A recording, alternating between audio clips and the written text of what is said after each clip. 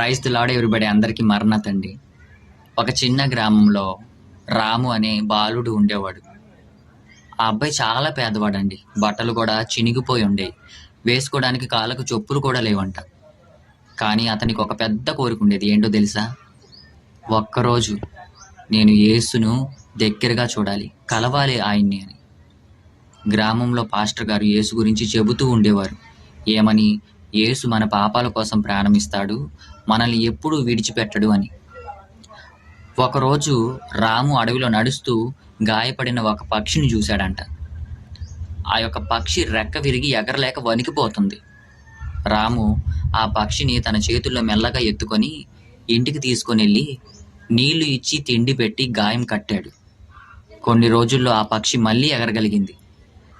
రాము దాన్ని ఆకాశంలో విడిచిపెడుతుండగా తన మనసులో ఇలా అన్నాడు, ప్రభు, ఈ పక్షిని నేను విడిచిపెట్టినట్టే నువ్వు కూడా నన్ను పాపపు బంధకాల నుండి విడిపించావు కదా. ఆ క్షణంలో అతనికి గుర్తొచ్చిందండి, యేసు కూడా మన గాయాలు మానిపించి మనకు కొత్త జీవితం ఇచ్చాడు అని.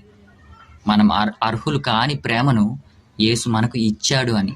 ఇప్పుడు ఈ కథలో పక్షిని కాపాడిన చిన్న బాబు ప్రేమ జీసస్ మనపై చూపిన త్యాగ ప్రేమకు ప్రతిబింబం. యేసు మన కోసం చేసినది మనం బలహీనంగా ఉన్నప్పుడు, గాయపడి ఉన్నప్పుడు, పాపంలో చిక్కుకుపోయినప్పుడు ఆయన మన చేతిని పట్టి స్వేచ్ఛనిస్తాడు. నమ్మిన వాళ్ళు ఆమేన్ చెప్పేయండి. ప్రైజ్ ది లార్డ్ అండి. అందరికీ మరణాత.